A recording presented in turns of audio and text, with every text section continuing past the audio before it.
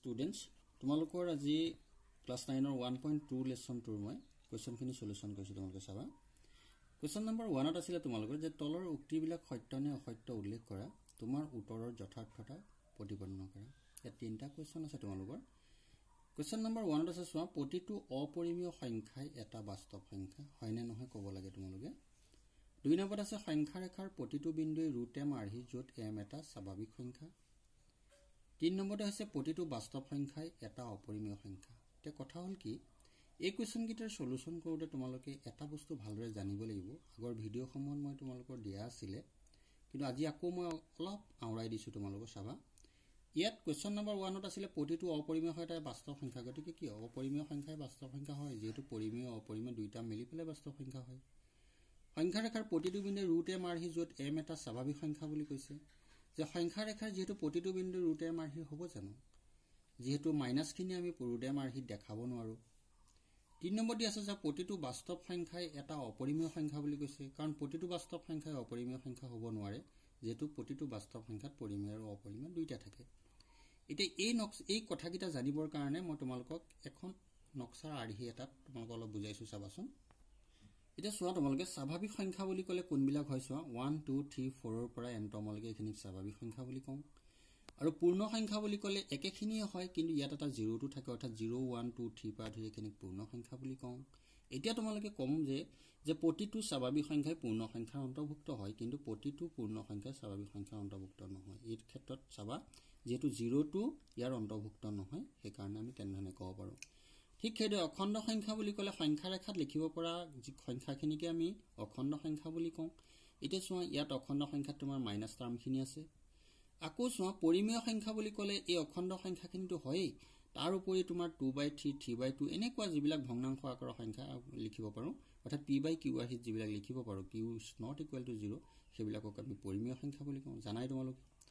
অপৰিমেয় সংখ্যা বুলি কলে যিবিলাক √2 √3 √5 p/q আৰহিত লিখিব নোৱাৰি সেইবিলাক অপৰিমেয় বুলি কওঁ আৰু পৰিমেয় আৰু অপৰিমেয় দুইখিনিকে মিলি পেলাই আমি বাস্তৱ সংখ্যা বুলি কওঁ ইয়াৰ আৰহিতে আমি তিনটা কোৱেশ্চনৰ সলিউশন কৰিছিলো আৰু তোমালোকক মই ইতিমধ্যে কৈ দিছো কিন্তু আনসাৰ গিটা লিখি দেখাই দিছো চাবা নম্বৰ 1 ত চোৱা 1 আৰু 1 টো হৈছে সত্য প্ৰতিটো পৰিমেয় আৰু অপৰিমেয় সংখ্যা বাস্তৱ সংখ্যাৰ অন্তৰ্ভুক্ত আমি এনে ধৰণে লিখিম নম্বৰ 2 টো হৈছে চোৱা অসত্য কাৰণ সংখ্যা ৰেখাত থকা ঋণাত্মক সংখ্যাবোৰক √m আৰহিত প্ৰকাশ কৰিব নোৱাৰি য'ত m এটা স্বাভাৱিক সংখ্যা আৰু কোৱেশ্চন নম্বৰ 3 টো হৈছে চোৱা অসত্য 3 আনসাৰটো কাৰণ পৰিমেয় আৰু অপৰিমেয় সংখ্যা একেলগে আমি বাস্তৱ সংখ্যা বুলি কওঁ সেই কাৰণে আমাৰ 3 নম্বৰটো কি হ'ব অসত্য ইমানে আছিল এক নম্বৰ কোৱেশ্চন গিটা কোৱেশ্চন নম্বৰ 2 ত আছে চোৱা যে সকলো ধনাত্মক অখণ্ড সংখ্যাৰ বৰ্গমূল অপৰিমেয় নে যদি নহয় তেনেহলে এটা সংখ্যাৰ উদাহৰণ দিয়া যাৰ বৰ্গমূল এটা পৰিমেয় সংখ্যা এটো হবই নোৱাৰে চোৱা তোমালোকে যদি তুমি চোৱা √4 টো যদি লিখো মই এটা ধনাত্মক অখণ্ড সংখ্যাৰ বৰ্গমূল 4 ৰ যদি ৰুট লোৱা তোমালোকে কি পাবা 2 পাবা অৰ্থাৎ 2 টো কি পৰিমেয় গতিকে আমি কি লিখিম আনসাৰটোৰ যে নহয় যেনে √4 = 2 এনেধৰণে লিখিব পাৰিবা আনসাৰটো মই তোমালোকক কৈ দিছো আমি কি লিখিম যে অপৰিমেয় নে নহয় কাৰণ আমি উদাহৰণ হিচাপে √4 = 2 অৰ্থাৎ 2 টো কি সংখ্যা পৰিমেয় সংখ্যা আমি এনেধৰণে লিখিব পাৰিম কোৱেশ্চন নম্বৰ 3 আছিল তোমালোকৰ যে সংখ্যা ৰেখাত কিদৰে √5 সূচিত কৰিব পাৰি দেখুৱা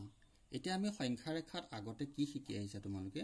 0 ৰ পৰা এফালে 1 2 3 এফালে মাইনাসৰ খিনি -1 -2 এনেকৈ বহাব শিকিছা আমিটো √5ক বহাব শিকা নাছিলো গতিকে আমি √5 টো এটা অপৰিমেয় সংখ্যা ইয়াক কেনে ধৰণে আমি বহুৱাম চোৱা সেই কাৰণে আমি কি কৰিছো √5 ৰ কাৰণে ইয়াৰ আমি সংখ্যা ৰেখা 0 1 2 3 4 5 এনে ধৰণে লিখি ললো আৰু ওৰ পৰা এই বিন্দুটো ধৰি ললো a ইয়াৰ মান দিলুক আমি 2 একক ধৰিলো আৰু ওপৰলে 1 একক ধৰিলো এতিয়া চোৱা OA আৰু এই বিন্দুটো মই নাম দি দিলো B এতিয়া চোৱা তোমালোকে যে OA হৈছে 2 একক AB হৈছে তোমালোকৰ